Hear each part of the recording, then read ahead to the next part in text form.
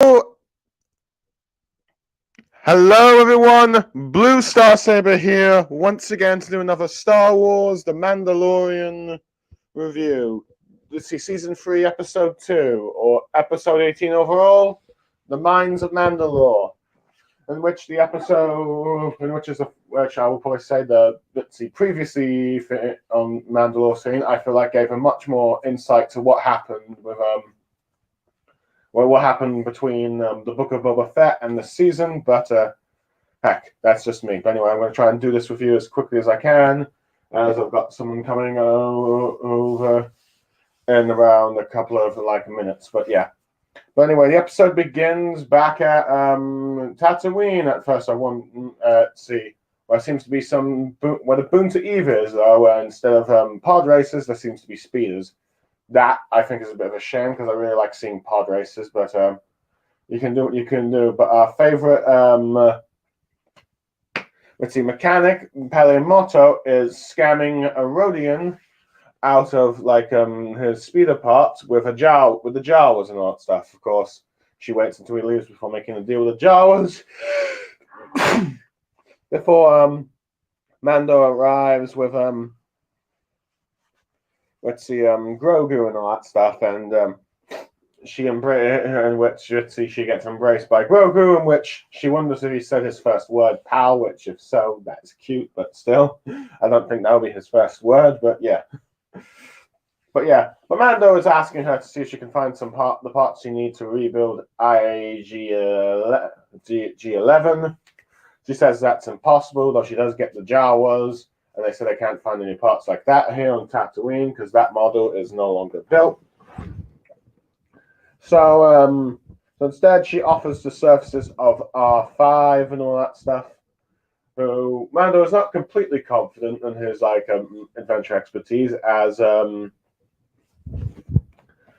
he's actually fallen a bit apart and all that stuff. And RV-45, ironically enough, is for those who remember, is the droid that Luke and Uncle Owen tried to buy before R2. Apparently, he was in the rebellion at some point. But how he ended up in the Jawas, I do not know. But yeah, Mando just decides to take him and agrees to take him, and they head off to the mines of Mandalore. That's what he explained what she was, as he explained to Paleomoto. But yeah. Let's see, as she adjusted the Nebulon, the N1 starfighter to, what it was initially to have an astromech droid to help serve and all that stuff, as to prepare for the adventure. Okay, I think we learned a bit about Paleomoto is a bit of a con artist, but I think we kind of had implications of that, but this pretty much confirms that occasionally she will scam some people with the Jawas, having them take parts and then have it fixed and sell them back. Let's see, the Rodian, and even try and it take a very long time and all that stuff. But yeah, well, hopefully she doesn't get caught. But yeah, but it goes to show you a little good side of her character. But yeah, but this episode seems to imply that IG-11 won't be able to be repaired and all that stuff, and the parts are not available. So it seems like let's see, a part of me feels like it was kind of pointless teasing the fact that, IG could come back, though that could still possibly happen. But for the moment, yeah, it's not happening anytime soon. It might even not happen at all, since now Mando's temporarily got R5, which is, I do feel sorry that he got sold the way he did. I do like how Paleomoto tried to say, this droid's fine, it's not too much of a coward, but Mando wasn't entirely convinced, but took her word in the end, so there's that. So yeah, it's interesting to know, but yeah, it is interesting to know that he never commented on this before, not with the Book of Boba Fett, but it is interesting that the droid that Luke nearly purchased is now in the possession of Mando. It would have been interesting if Luke and Mando and Grogu reunite one day, and he can comment. I nearly bought that droid, but it broke down and got this got R2 here, which, to be fair, is a much better bargain, really. But anyway, Mando heads to the Mandalore, explaining to Grogu like the more navigation of what the planets are, like where he grew up in Cordogonia and where Bo-Katan was on her planet when they last met her, and showed them the surface of Mandalore, which he did describe how it used to be beautiful, but he's never actually been there. And they land. They have he has R5 go out and scan the adventure. He gets a bit cowardly, but Mandalore pushes him on. Eventually, he takes too long that Mando decides that okay, well, actually, after a bit of pushing from Grogu, let's see, okay, fine, I will, I'll go check on him. Though he first has make sure that Grogu has tightened the airlocks and his, pod little thing, while he, I think it's sensitize or locks his Mandalorian armor and all that stuff as he goes to investigate, and he ends up being attacked by these creatures called these new creatures called the Alamites, which we'll get confirmed information from Bo-Katan later. They fight Mando for a bit. He uses his dark saber to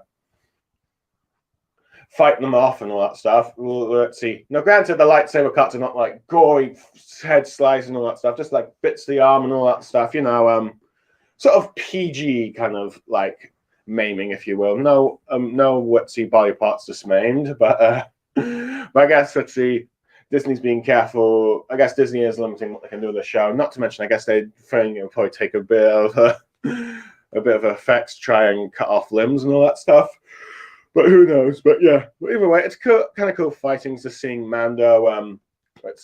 Destroying their weapons, cutting bits and pieces, and throwing them off. But yeah, he kills R5 and takes him back to the ship, and confirms that the charts that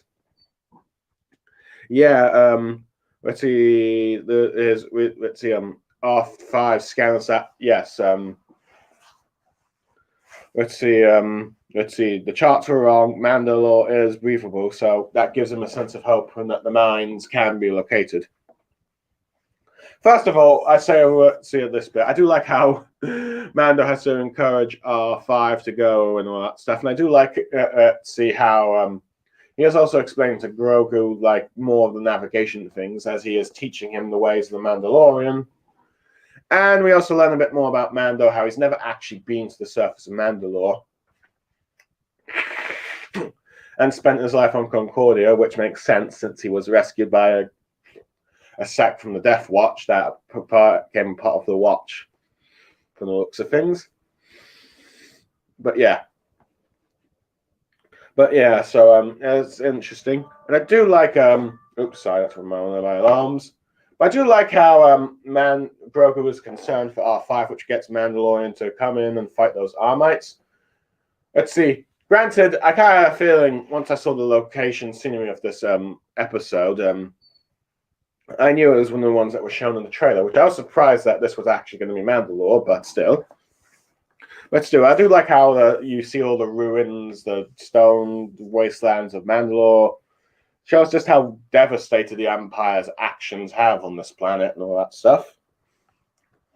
And I do like the Armites. They seem to be. They kind of remind me of that trunk species. This one famous Jedi that was briefly seen in the original Clone Wars thing that supposedly was killed by Grievous, but then survived and came in the comics. Was sort of like Cade Skywalker's mentor. This feels like a bit more of a savage version of that, but yeah. I think they're a nice design. And they're sort of scavengers and all that stuff. But how intelligent they are remains to be seen, but yeah. But at least they can wield weapons at the very least, so they're semi-sentient. Anyway, Mando and Grogu go deeper in, and there is these hold on, let me just find sentient creature.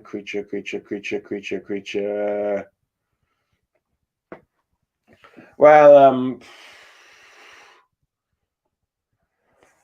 Let's see, I'm trying to find the species. Oh yeah, these are, I think what they're called a nuzzle shrew. Could be wrong, but there's this like lizard ring thing that keeps an eye on Grogu, and that's to check if he's gun ready to be fired. But as an explorer, Mando eventually discovers a helmet of a discarded Mandalorian, only to get trapped in a cage by this mechanical spider thing with some sort of organic creature inside, and it takes him away to his nest of seemingly trying to cook and eat him from the looks of things, as it detaches itself from a spider thing. And it kind of reminds me of like a sort of like primitive General Grievous kind of thing. At least it seems to be similar in that kind of cyborg-like way, but not like the actual Grievous armor, but still. That's best as I can describe it. And Grogu tries to use the Force to get him out, but Mando just tells him to just get Bo-Katan as he jumps and Force flies. I should mention that apparently he did jump earlier with Pelamarti. And apparently, from what I'm understanding, that the season 3 takes 2 years after season 2, so that probably explains why Grogu has such a strong connection to the Force. So Luke has trained him apparently for 2 years. I need to confirm this, but I have to wait and see and all that stuff. But yeah, Grogu ends up getting chased by like the sort of dragon thing, and then another one of those Armites. But he uses the Force to push it aside. He, of course, uses the pod to his like little pod thing to fly all the way, all that stuff, because well, his regular speed isn't all that fast. Eventually, R5 takes him to Bo-Katan, where Bo-Katan is at first thinking it's Mando, saying like, "Go, we're going to get rid of him once and for all," but only to find that it's Grogu. Then wonders something has happened to Din Djarin, and has decided that and has R5 take the coordinates and all that stuff. Okay, I do like the little dragon lizard thing and all that stuff. It kind of goes to show you just how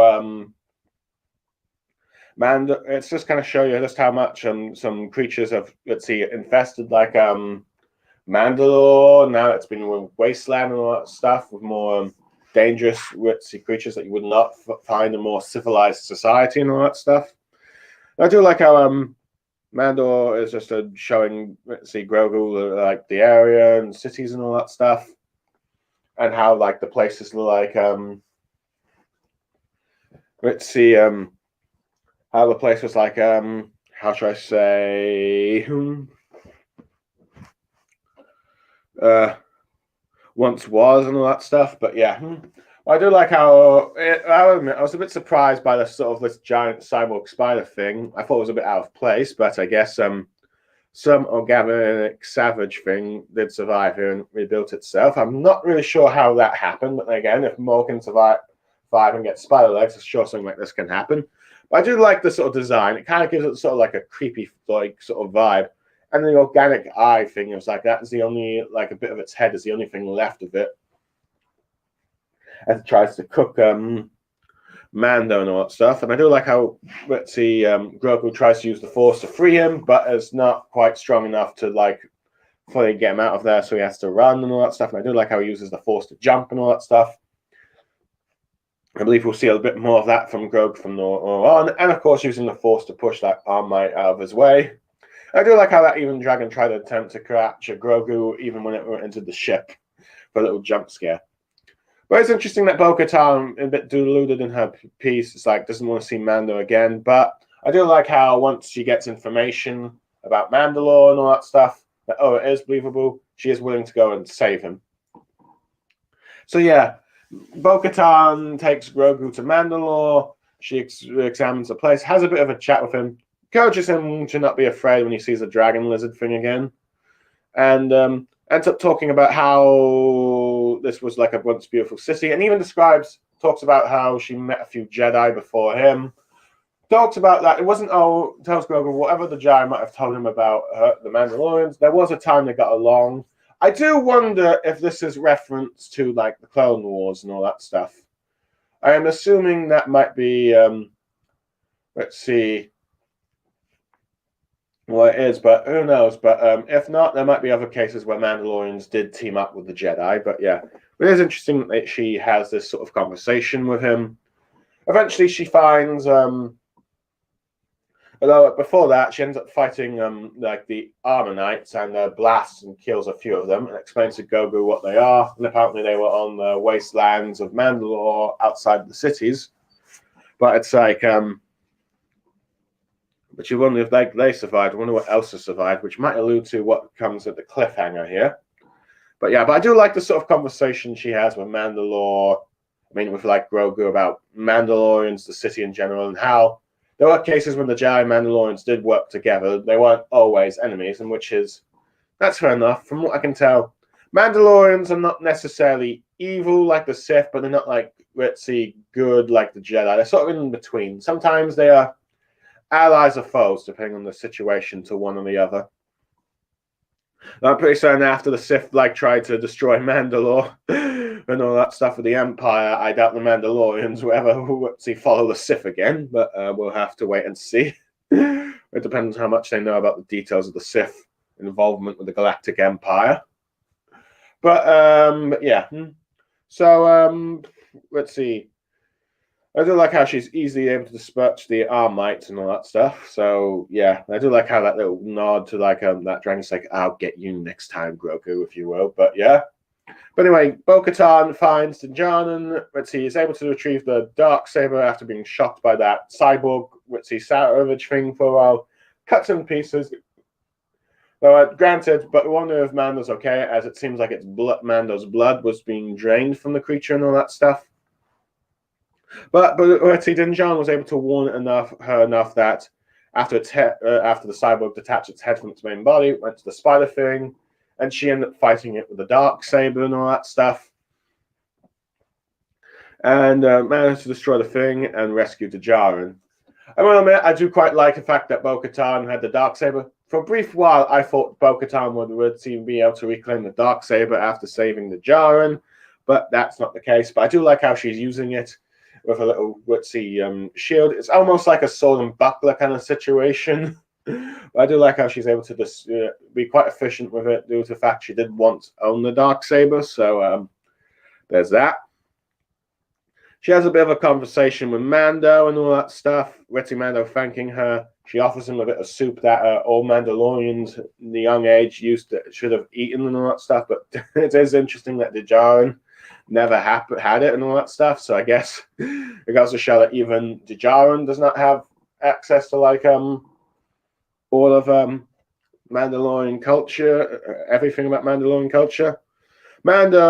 She's offered to take Mando off on her ship, but Mando still insists on going down to the mines. She thinks it's a foolhardy thing and there's no magic thing to the waters, but Mando wants to follow the creed. She decides to go with him, and she ends up explaining a bit more of her past history as showing the ruins of Mandalore. She explains how she was once a princess, royal family there. Her father talks about her father, how she once bathed in mines herself, but she doesn't seem to find it just more of a public display for the people rather than an actual thing. But it is interesting how she learns her father died protecting her people, and you can see Mando's examples, sympathies for her, going about how this is the way and all that stuff. I'm not sure if some of it has put off Bo-Katan, but with the whole cult-like thing. But yeah, but I do like how she talks about how the Mandalorians, how they're divided and all that stuff has allowed the destruction of their people. But yeah, other than that, so yeah, I do like that. And what else? Yeah, I do like this. So yeah, I do like how we get more of Bo-Katan's history of her family and all that stuff, particularly with her father and her life before she joined the Death Watch and all that stuff. So for those who are Clone Wars fans, it does give an insight how she never seemed to like the traditions of her people and all that stuff during the piece shows just how she didn't like all these sort of traditional things that the Mandalorians become in the peaceful society. It might give us an idea of how she went to Death Watch, but I think she now sees her sort of regrets in this, and perhaps the divide of the different factions and cultures that eventually led to the Empire to destroy her people. I do like how Mando is sympathetic, though I do wonder if she's not entirely on with the whole creed thing still and all that stuff, with the way he's talking in some bits. But I do like how these two are able to have a conversation at the very least, and yeah. But one thing I'm a little disappointed about is the fact that she never brings up Duchess Satine.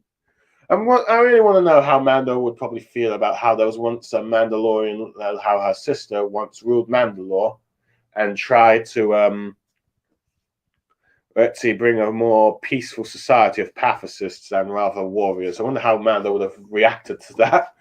But yeah. And I wonder if her sister might have had a point or not. But yeah. Other than that, I think it was like a nice conversation. But eventually, Mando arrives. They arrive at the mines and all that stuff. And Mando, let's see, Bo-Katan gives them a bit of a tour first about how there's how the Mythosaurus, how like these mines were like how the prophecy, like the ancient creeds about the prophecies of the Mythosaurus and all that stuff. And this was actually in the last time thing and all that stuff, how Mandalore the Great, well, I'm assuming in Star Wars Star Wars canon and all that stuff, is arguably possibly, well, I'm not sure if it's like this was like the first Mandalore, but it seems to be, at the very least, might be the stand-in for Mandalore the Ultimate in the, let's see, Star Wars in the new Disney canon timeline, but who knows? We'll have to wait and see. But one interesting thing of note here is how, let's see, he tamed this mighty creature and led all of Mandalore and all that stuff. Led it to a great age and all that stuff, as Bo-Katan explained. Anyway, Din Djarin takes off his cape, Darksaber, and blaster. Yeah, I should have mentioned how Darksaber was. You see the weapons were first taken off by that cyborg thing, but he goes to bathe, starts the creed from what we saw from the last episode, but gets dragged in, and then Bo-Katan ends up swinging out to try and rescue him with his jetpack and all that stuff. Manages to retrieve him and gets him out, but not before seeing the legendary Mythosaurus, that's the skull for like the Mandalorian symbol and all that stuff. And the fact that one of them is still alive, implying that that great prophecy of the Mandalorian, the one leading to a new age, might be true, as she manages to quickly take out Mandalore. Let's see, sort of ending the episode, if you will, ending the episode of cliffhanger of Mando saved and all that stuff. Okay, for this bit here, let's see, I must admit, I'm surprised at how close we are to the mines of Mandalore, and it seems like Din Djarin has actually seemed to have somewhat completed his goal, which I thought would probably take at least an entire season, but that's clearly not the case. But I do like a bit more of the lore info dump about the Mythosaurus, with like Mandalore the Great controlling it and laying a great age to Mandalore here in the mines. I do like how it looks like 1,000-year-old ruins and all that stuff compared to like the ruins of like the cities, which do look, to be fair, look like they've been bombed from centuries, but it's more just the house shows the devastation of the Empire and all that stuff. But I do like how Bo-Katan is just giving him all of the details here. I do like how but yeah. Now, granted, it is interesting how just Mandalore just needs to take off his cape, glasses, and jetpacks and all that stuff, and just bathe in his armor in the water. I thought there'd be a bit more ceremonial thing, but no, he just has to speak the creed and all that stuff. Now, whether or not that means he's fully now properly bathed in Mandalorian customs and all that stuff, I'm not sure, because he got interrupted. But I do like how Bo-Katan just quickly went and saved him for jetpack. Granted, I think they sank a bit too deep, but fine. I guess the Mythosaur ended up doing that, but yeah. But since the previously thing hinted at it, it seems like that legend is now going to happen and all that stuff. So whether or not it's going to be Din Djarin, maybe even Bo-Katan, or possibly Grogu that will now tame it and lead a new great age for Mandalore remains to be seen. But yeah. But it looks like that will be now the center point of season 3, since now it seems Mando has had his bath and all that stuff. And it'll probably be to try and tame this creature to lead a new age of Mandalore and all that stuff, but we'll have to wait and see. I mean, there are still 6 more episodes left of season 3, and not to mention there's season 4, so we have to see what is going to happen there, and whether or not. Let's see how many more seasons. Let's see. Dave Filoni and Jon Favreau are planning to do with the Mandalorian. Normally, let's see, a show tries to do 5 or 6 seasons. Which I can see that happening because let's see, but who knows? If it ends at season 4, we'll have 32 episodes, and season 5 will probably have 40, and if season 6, 48. But yeah, which will be about around the average of a 50 or so episode season. But we'll have to wait and see here. But yeah, overall, this episode was pretty good, and I do like how you had a cliffhanger at the end, which makes me wonder if now Mando's going to go back to the Watch a lot, maybe with Bo-Katan, and explain the fact that he's been bathed and the fact that the Mythosaur is alive. And it makes me wonder if they'll start to try and do the prophecy and now try and start gathering other members of the clan. But I wonder if there will also be conflict between Bo-Katan and the Armorer, but we'll just have to wait and see what kind of thing goes on with the Mandalorians. But yeah, overall, this was a very good episode. Seeing Bo-Katan, seeing Mandalore and just what happened to it, and the fact that you can breathe in it and all that stuff. That funny moment with Palamoto and all that stuff, calling that Rodian, selling R5 to Mando, which I do wonder if he's going to be a permanent part of the crew or just temporarily being rented and all that stuff before coming back. But who knows? Granted, the trailer seemed to imply that Mando had like a proper Mandalorian ship afterwards, but that could just be Bo-Katan's. So it might not mean that let's see, Mando will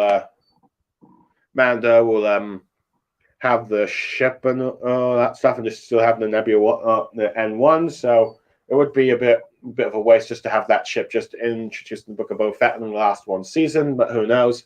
You might get. Let's see. The trailer was still a bit confusing, but yeah. But still, I did like how Mando explored Mandalore with Grogu being attacked by certain creatures, including that cyborg. I liked how Bo-Katan came to rescue. Let's see Mando and all that stuff, and even using the Darksaber, as well as telling Grogu and Mando a bit of the history of like Mandalorians and the Jedi, and her own personal history with her father and her family, and when she was like a princess of Mandalore before she gave it up the Death Watch. Granted, I wish there was more detail she'd told about what happened to her sister, but other than that, but like the surprise Twitzy legend of the Mythosaur being still around, so yeah, we'll have to wait and see where it goes. In many ways, it could go in the whole like Aquaman thing with like that giant sea creature from that movie, but yeah. Well, overall, very good episode, really good casting and all that stuff. So yeah, with like familiar characters. So far, there's no new characters introduced, but I do like how Mando's just building up with the ones that we've experienced for the last few seasons. So yeah, overall, I'd say this is a 9 to 9.5 out of 10. Only bit I wish more info dump on the whole Satine thing, but I guess perhaps Favreau and Dave Filoni are not trying to reveal too much of the Clone Wars lore for more casual viewers, or just more implying it. But yeah, overall, great episode. I'm looking forward to next week's episode when it comes, and yeah. So yeah, and to see how they will solve the cliffhanger. My guess, I wonder if they're going to immediately follow up straight up, or if they're going to be some time past in the episode. But either way, fun episode.